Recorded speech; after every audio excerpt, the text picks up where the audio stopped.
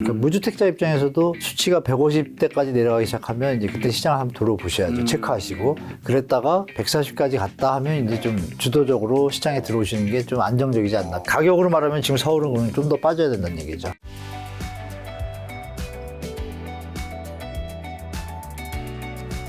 지금 방금 정상화라는 얘기 해주셔서 그럼 부동산 가격이 이제 정상화돼야 나라가 산다. 네, 맞아요. 뭐 이런 코멘트들 많고. 네, 맞아요. 그리고 뭐 이제 유튜브도 댓글 보면 지금 가격도 말도 안 된다. 더 네. 떨어져야 된다. 그래야지 네, 네. 일반 사람들이 집을 살 수 있다. 얘기 댓글들이 많죠. 많은데. 네, 많죠. 그럼 정상화된 가격은 네네. 서울 기준으로 또 서울이요? 네, 서울은 뭐 24평, 34평이면 어느 정도 가격대 소지? 24평이요? 네. 9평이요. 정확하게 기준을 정해야 되는데 네. 9평, 32평, 뭐 25평 이렇게 그거 네. 떠나가지고 그냥 저것만 보시면 될 것 같아요. 그 한국주택금융공사에서 발표하는 주택구입부담유지라는 그 수치가 있어요. 네. 그 수치로 제가 보니까 120 수치. 근데 그게 지금 한 214 찍고 있거든요. 그걸로 계산하면 서울은 지금 한 20, 30% 빠졌으니까 네. 그거는 수치가 이제 분기별로 나오니까 한 분기 동안 많이 내렸잖아요. 그게 가미가 안 된 수치니까 그렇죠. 그럼 지금 한 180대까지 내려올 수도 있거든요. 네. 다음에 발표할 거 보면. 그러면 그 계산을 하면은 그만큼 또 빠질 가능성이 있죠, 서울이. 네. 그럼 그 수치가 한 120 정도 돼요. 네. 그 수치가 어떤 의미냐면은 우리 소득의 이제 평균 소득, 중위 가구 소득이 중위 주택 가격, 평균 개념으로 단순히 받아들이면 내가 소득을 100원을 벌면 네. 120이라는 수치는 내 소득의 30%를 투입할 때 주택 가격이에요, 수준이. 그건 누구나 살 수 있잖아요. 마음만 그렇죠. 먹으면. 부담 가능하고, 네, 네. 상환 가능하고. 네. 120은 무조건 시장이 평온화되게 되어 있습니다. 그러면 가수요라는 게 있잖아요. 네. 미래에 대한 투자 수요. 이걸 계산하면 130에서 140이 되면 시장이 이제 조금 사람들이 쳐다보는 때가 된다고 가정을 할 때 네. 아까 180이라고 그랬잖아요. 네. 그럼 140이면 10에서 15%, 20% 가까이 폭이 생기잖아요. 그렇죠. 그러니까 그 정도의 조정이 더 있을 가능성도 있다라고 보는 게 일단 논리적 데이터로 나와 있고 경제는 심리가 또 많은 부분을 차지하니까 요번에 근데 한번 심리는 죽었잖아요. 네. 그러니까 제가 볼 때 140대 되면 네. 시장이 다시 좀 움직이지 않을까 보니까 무주택자 입장에서도 수치가 150대까지 내려가기 시작하면 이제 그때 시장을 한번 돌아보셔야죠. 체크하시고 그랬다가 140까지 갔다 하면 이제 좀 주도적으로 시장에 들어오시는 게 좀 안정적이지 않나. 120, 130이 더 좋은데 네. 규제를 다 풀어버려가지고 네. 거기까지 내려가기에는 그전에는 이제 뭐 8, 90까지도 내려갔어요. 박근혜 때. 박근혜 정부 때 많이 내려갔을 때 풀어가지고 이게 끌어올린 거거든요. 네. 너무 많이 올라왔죠. 그러니까 80대에서 지금 200대면은 거의 3배 오른 거잖아요. 그렇죠. 그러니까 대충 반 툭 쳐도 네. 그러면 200에 딱 하면 80, 제가 말씀드린 그게 딱 나오잖아요. 120, 130. 그때 선을 보시면 될 것 같습니다. 가격으로 말하면 지금 서울은 좀 더 빠져야 된다는 얘기죠. 한마디로 150 밑으로 내려갈 때부터 이제 좀 더 시장을 좀 적극적으로 보셔야죠. 관심을 예. 봐야 된다. 어떻게 보면 바닥을 알 수 있는 신호주 하나를 말씀해 주셨는데 또 다르게 뭐 다시 집을 사도 되는 시기라든가 바닥을 알 수 있는 지표 또 다른 게 있을까요? 뭐 전통적인 거 있잖아요. 여러분들 다 아시겠지만 전통적인 거 세 가지. 거래량의 이제 숫자가 서울은 평균 월 거래량이 한 17년치 계산하면 6,100 정도 나오는데 지금 한 1,000대잖아요. 요새 월 아파트 거래량이. 아파트 얘기입니다. 그 아파트 거래량이 6천은 넘어야 시장이 이제 상승 반전한 심리들이 있다고 판단돼요. 월 6천 건. 네, 그게 정상 평균이니까 네. 평균을 넘어서기 시작하면 이제 상승을 완전히 들어선 거고 그러면 지금 1,000대니까 6천으로 가기 위해서는 3천이라는 중간 지점이 있잖아요. 그렇죠. 월 아파트 거래량이. 네. 그러면 지금 6개월째 지금 1,000대거든요. 근데 이게 만약에 2,000대가 되고 네. 3,000대가 되기 시작하면 흐름이 뭔가 바뀌었잖아요. 네. 터닝 포인트가 생긴 거고. 그렇죠. 근데 그것이 힘을 가지고 4,000대로 넘었을 때는 이제 보셔야 되잖아요. 그러니까 거래량의 증가를 보셔야 되죠. 네. 근데 그 수치를 말씀드리면 3,000을 넘었으면 네. 시장을 좀 돌아오셔야 되고 거래량의 증가 그때 이제 매수 타임을 이제 보셔야 되는 건데 그 하나만 갖고 모자른 것이 거래량은 늘어나는데 그 이유가 예를 들면 아까 말씀드린 취득세 감면 때문에 늘어났다. 뭐 여러 요인들이 있잖아요. 그럼 이제 다른 거 요인들이 같이 동반 상승하거나 신호가 오면은 확실하지만 다른 신호들은 안 좋으면 이건 하나의 팩트로 끝나는 건데요. 그럼 그 다음에 이제 전세가입니다. 전세가. 전세가. 그러니까 미리 말씀드리면 이제 매매 거래량의 추이, 전세가의 상승 하락 추이, 그리고 이제 미분양 증가 감소 3개. 딱 요것만 체크하시면 네. 시장 거의 100% 보인다고 보는데 네. 저는 거기다 하나 이제 경매 지표를 추가하거든요. 그러니까 경매 지표의 흐름도 이제 선행성이 좀 있다 보니까 그럼 이제 말씀드린 이제 거래량 말씀드렸고 네. 전세가 비율은 역대 아시는 바와 같이 전세가 비율이 한 7, 80% 넘어가기 시작하면 갭 투자 환경이 되잖아요. 네. 근데 정부가 지금 규제 하나를 다 풀었잖아요. 누구라도 할 수 있잖아요. 네. 왜? 투자 자본이 적고 네. 상승했을 경우에 미미하게 상승해더라도 수익률이 50에서 100%가 나오니 다시 이제 패턴이 투자 패턴으로 바뀌겠죠. 네. 그러니까 결론은 전세가 비율이 80% 70% 가면은 이미 늦은 거겠죠. 이미 투자하니까. 네. 전세가율이 지금 강남 50%대거든요. 그 지금 수도권은 지금 아마 시간이 가면 50%에 맞추겠지만 현재 지금 막 40%인데도 많거든요. 얘가 이제 올라가야겠죠. 전세가 비율이 50 넘고 60 넘고 7자를 향해서 달려갈 때 이때 시장 또 보셔야겠죠. 미분양 부분에서는 이제 역대 미분양의 평균 미분양 숫자가 있습니다. 2015, 16, 17 막 호황기 때 그때 아파트 미분양 물건이 매년 몇 개인지 혹시 아세요? 전혀 모르겠는데요. 그때도 6만 개입니다. 아, 6만 개요? 네, 이 일반 대중분들이 잘 모르시는데 그 연애겠죠? 네네네. 4, 5만 개는 항상 있던 거예요. 아, 4, 5만 개는. 4, 5만 개도 굉장히 많아 보이는데. 지금 이제 그렇게 우리가 세뇌가 됐죠. 네. 보도에 6만 개 너무 난리나 막 이런 식으로 되니까. 네. 근데 사실 뭐 건설산업연구원이나 주택산업연구원 계신 분들 다 아세요. 네. 데이터를 이미 봐왔으니까 몇십 년 동안. 5, 6만 원 항상 시간이 지나면 해소가 되는 거예요. 왜? 할인 분양을 하든지 뭐 하든지 하니까. 그런데 이제 뭐 경품도 걸잖아요, 요즘 뭐. 네. 예전에도 그런 거 많았어요. 현장마다 다 다른 거죠. 네. 그래서 소화가 됐습니다. 됐는데 우리 폭등기 때 그 몇 년 전에 정말 작을 때가 있었어요. 만대 갔다 미분양이 두 군데. 그때 이제 폭등에 이제 시발점이 됐는데, 그러니까 평균적으로는 5, 6만 원 문제가 없는 수준인데, 그 가이드의 그 리미트 수치가 건설산업연구원은 6만 2천 개를 잡고 있었고, 주택산업연구원 쪽은 한 7만 개 정도, 또 CM이라고 건설산업연구원이라고 있어요. 네. 그쪽에서도 다 6만 5천에서 7만 개까지는 감내한다. 감내할 수 있다. 단 전제 조건이 뭐죠? 그냥 평온한 상태인 거죠. 오르거나 내리거나 약간 변동이 좀 없을 텐데 지금은 상태가 안 좋잖아요. 지금 이제 하락하는 장에 미분양이 높아지. 이제 달라붙으니까. 그래서 이제 그때 그러면 비교되는 게 2008년이잖아요.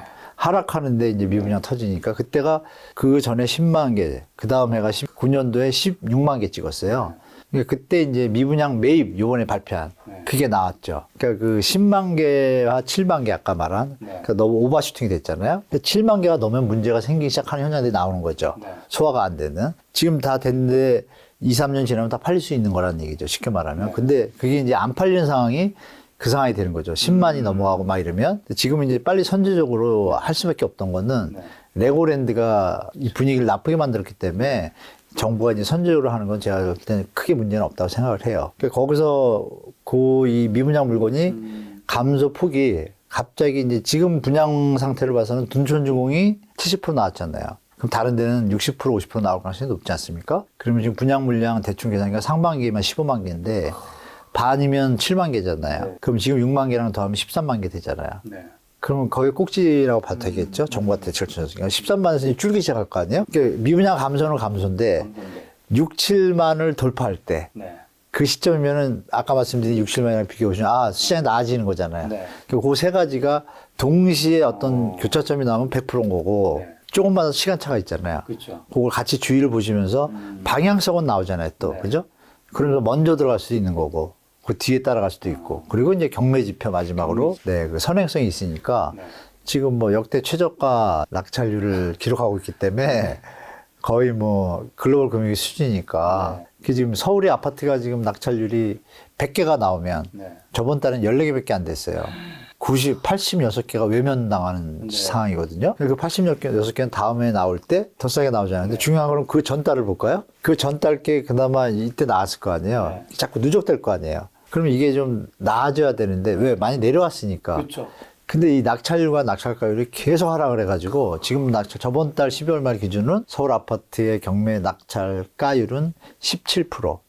반등했어요. 14%에서. 좀 반갑지 않은 반등이죠. 네네. 3, 40은 돼야 되는데. 그리고 낙찰가율. 그러니까 그럼 내려온 값들이 뭉쳐져 또 나올 거 아니에요, 물건이. 근데 그거에 우리 80%대 이하로 된 적이 서울이 좀 몇 번 없거든요. 근데 지금 75% 찍었습니다. 저번 달에. 그럼 이 추세가 중요한 게 선이 기억나실 거예요.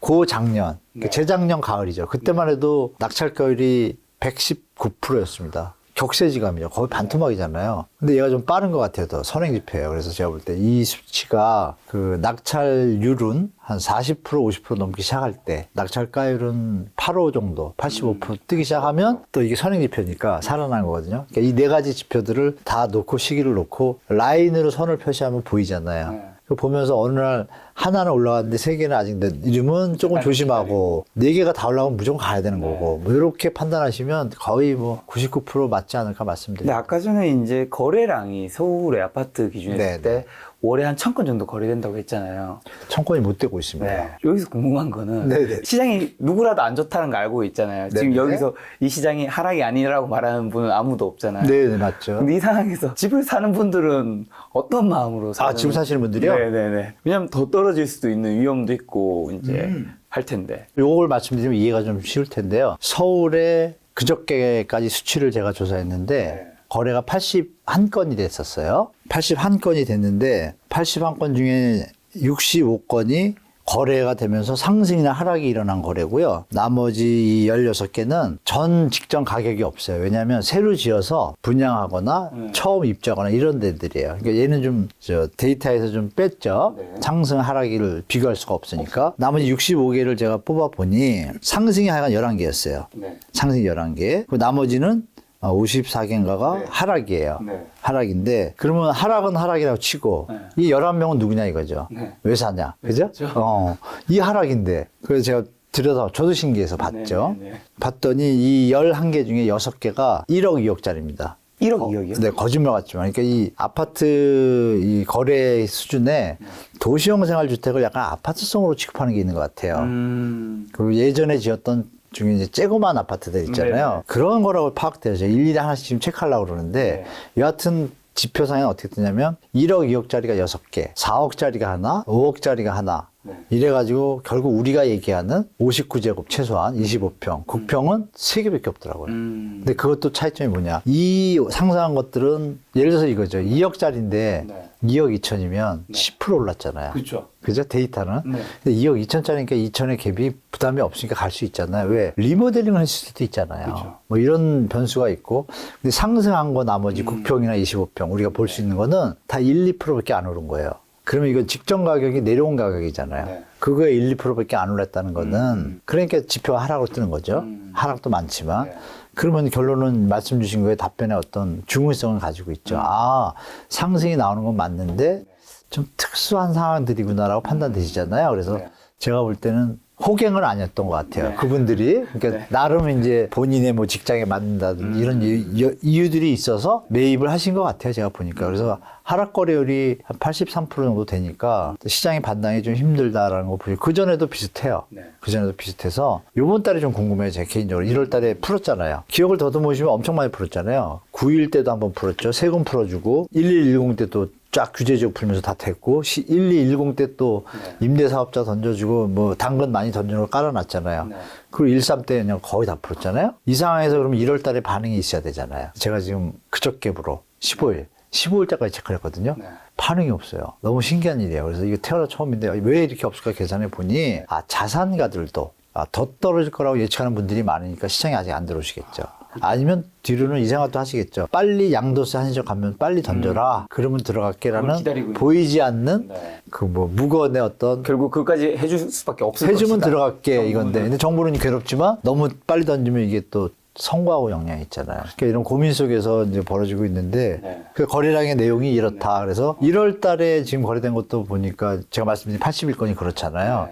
그러면 이제 1월 말까지 가야 되는데 설날이 껴 있잖아요. 그래서 이게 설날이 이게 또 조그만 트리거가 된 거예요. 설날에 모여서 분명히 사 이런 사람도 있을 거고 많이 떨어지는데 사도 돼 이런 분이 있을 거고. 집 얘기하겠죠. 네. 그리고 야 요번에 많이 떨어졌는데 사지. 뭐 엄마 아버지들이 뭐 자식한테 그럴 수 있고 자식들은 거꾸로 엄마 아빠 나 많이 떨어졌는데 돈 좀 보태줘 이럴 수도 있고 또 반대인 경우도 있겠죠. 역으로 사지마 뭐 서로 그거의 결과가 이제 1월 말 이후 2월 달에 나타나겠죠. 그래서 이제 드릴 말씀은 앞으로 2월 시장이 정말 방향성을 예측하는데 조금 도움이 될 거다라고 말씀드리겠습니다.